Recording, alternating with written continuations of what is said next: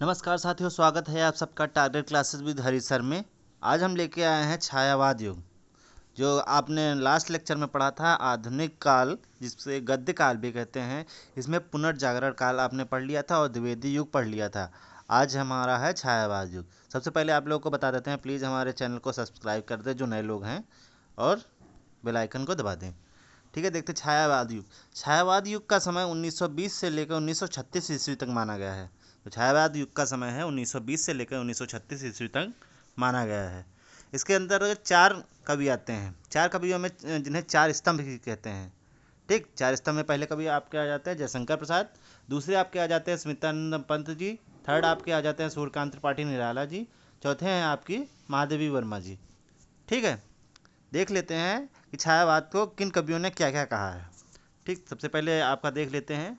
Sorry, यहाँ पे महादेवी वर्मा नहीं होगा, यहाँ पे होगा डॉक्टर नागेंद्र। डॉक्टर नागेंद्र, यहाँ पे डॉक्टर नागेंद्र वर्मा के अनुसार क्या कहा है छायावाद को। डॉक्टर नागेंद्र वर्मा के अनुसार छायावाद स्थूल के प्रति सूक्ष्म का विद्रोह है। तो डॉक्टर नागेंद्र वर्मा ने कहा है छायावाद को कि छायावाद स्थूल के प्रति सूक्ष्म का विद्रोह है। ठीक, महादेवी वर्मा जी ने क्या कहा है। महादेवी वर्मा जी ने कहा है कि छायावाद प्रकृति के बीच जीवन का उद्दीत है। ठीक है, महादेवी वर्मा ने छायावाद को कहा है छायावाद प्रकृति के बीच जीवन का उद्दीत है। ठीक है, पहले इसमें कभी देख लेते हैं जयशंकर प्रसाद। जयशंकर प्रसाद का जन्म 1889 ईस्वी में हुआ था और उनकी मृत्यु 1937 ईस्वी में हुई थी।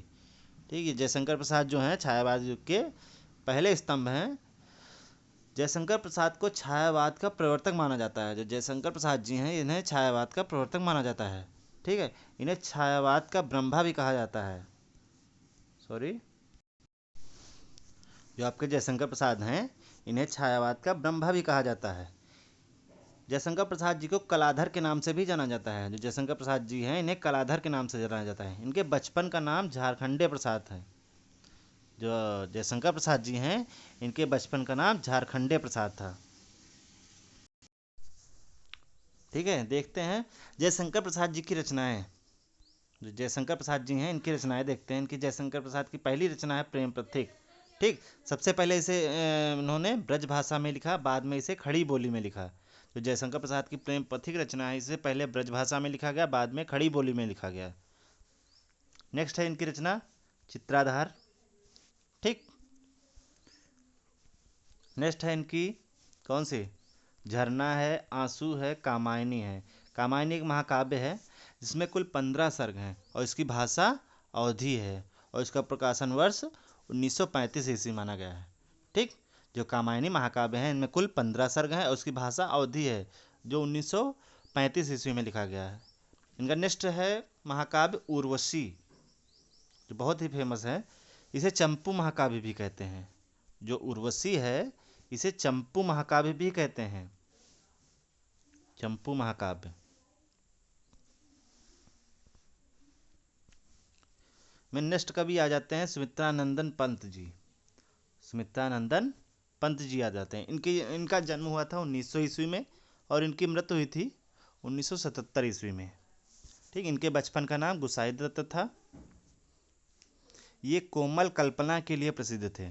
जो सुमित्रानंदन पंत जी थे इन्हें कोमल कल्पना के लिए प्रसिद्ध माना जाता है।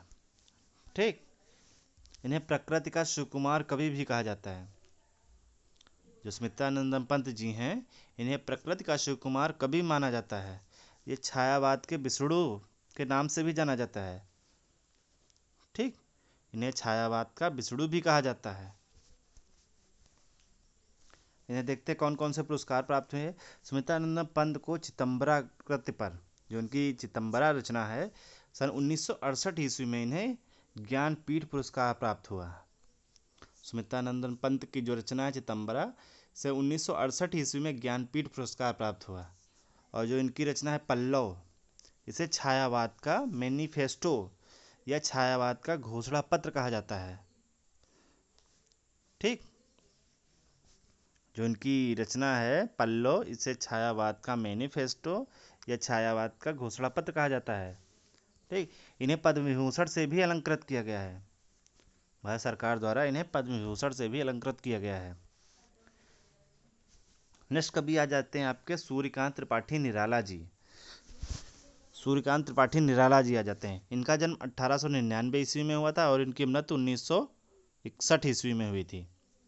इन्हें छायावाद के रुद्र कहे जाते थे। ये छायावाद के रुद्र कहे जाते थे। सूर्यकांत त्रिपाठी निराला जी छायावाद के रुद्र कहे जाते थे। इन्हें ओज व औदात का कवि भी कहा जाता है। सूर्यकांत त्रिपाठी निराला जी को ओज व औदात का कवि कहा जाता है। इनको छायावाद, प्रगतिवाद व प्रयोगवाद तीनों आंदोलनों का पथ प्रदर्शक भी कहा जाता है। मतलब ये छायावाद, प्रगतिवाद व प्रयोगवाद तीनों आंदोलनों में शामिल हुए। ये पथ प्रदर्शक भी कहे जाते हैं इस तीनों युग के। इनकी रचनाएं देख लेते हैं। इनकी रचनाओं में पहली आ जाती है आपकी अनामिका, जो 1923 ईस्वी में लिखी गई। नेक्स्ट है इनकी परिमल। नेक्स्ट है इनकी तुलसीदास। और है जूही की कली। जूही की कली 1916 ईस्वी में लिखी गई। यह इनकी सर्वप्रथम कविता थी। मतलब 1916 ईस्वी में इन्होंने प्रथम कविता जो लिखी थी वो जूही की कली थी। ठीक, इनकी देख लेते हैं सरोज स्मृति। सरोज इनकी पुत्री का नाम था।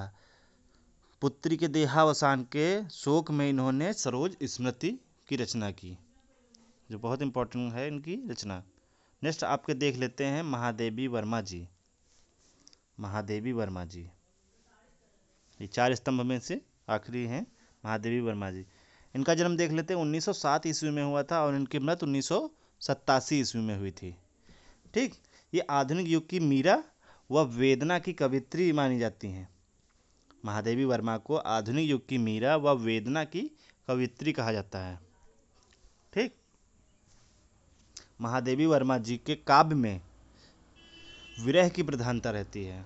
महादेवी वर्मा जी के जो काव्य हैं इनमें विरह की प्रधानता रहती है, जो लौकिक ना होकर अलौकिक विरह है। ठीक, लौकिक ना होकर अलौकिक विरह है। इनकी रचनाएं देख लेते हैं।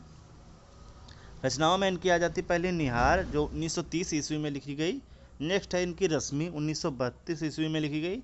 नेक्स्ट है इनकी सांध्य गीत, 1936 ईस्वी में लिखी गई। दीपशिखा 1942 ईस्वी में लिखी गई। ठीक, जो उनकी रचना है यामा। यामा के लिए इन्हें भारत सरकार की तरफ से 1982 ईस्वी में ज्ञानपीठ पुरस्कार प्राप्त हुआ। यामा रचना के लिए 1982 ईस्वी में इन्हें भारतीय ज्ञानपीठ पुरस्कार प्राप्त हुआ। और इनकी नीरजा रचना के लिए सेकसरिया पुरस्कार प्राप्त हुआ। ठीक, यामा के लिए इन्हें ज्ञानपीठ पुरस्कार और नीरजा के लिए इन्हें सेकसरिया पुरस्कार प्राप्त हुआ। धन्यवाद। कल हम आपका पढ़ेंगे छायावादोत्तर युग।